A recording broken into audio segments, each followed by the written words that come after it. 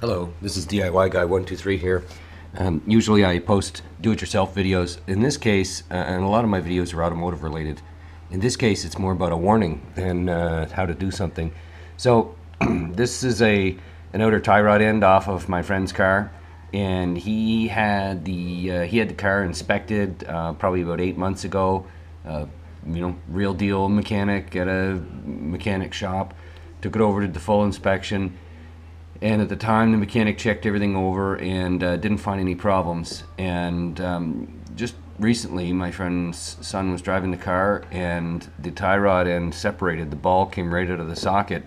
I found this interesting, and I want to share it with you because certainly when this happens, you lose total control of the steering for one wheel. I mean, the wheel could go straight, which is in fact what did happen. The wheel followed the wheel for this tie rod end followed the path the car wanted to take, which was dictated by the wheel that had the good tie rod end, the other wheel, the other front wheel. But it could have just as easily gone the other way, and the front wheel with this tie rod end could have turned in or turned out, and it could have been quite a total loss of control.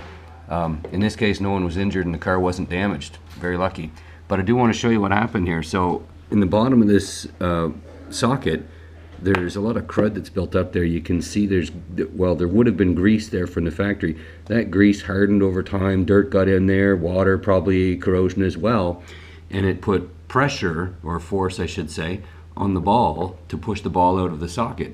And the more corrosion that built up, the more force there was on that ball, and it accelerated the wear on the outer perimeter of this socket. The ball actually looks to be in good shape. I don't see any significant, I guess there's a bit of wear there, but overall it's the socket that looks horrible because there's just no resistance to that ball coming in and out. So the moral of this story is that we can be as careful as we want, and even professionals make mistakes, and I'm not really pointing fingers at the mechanic who did this. A part can go faulty rather quickly, and I just simply want to point out that even though we do things on our own, I'm not a professional mechanic, but I do a lot of mechanic work for myself.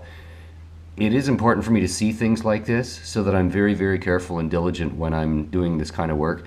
And I just wanted to share with you as well what can happen when parts wear out. And if you're at all, I'll be honest with you, years ago when I first started doing this, when money was a bit tighter for me, if a mechanic told me, oh, hey, my tie rod end is, it should be replaced because there's a little bit of play in it, and the book says there shouldn't be any play, I would have thought, I don't need to replace it now, or why do I need to replace it now? It's money I don't have right now. But this is the result of parts that are worn a bit and how they can quickly get out of control. I think I'll stop there, and I wish you luck with your wish you good luck with your do-it-yourself projects, and be safe. Okay, bye-bye.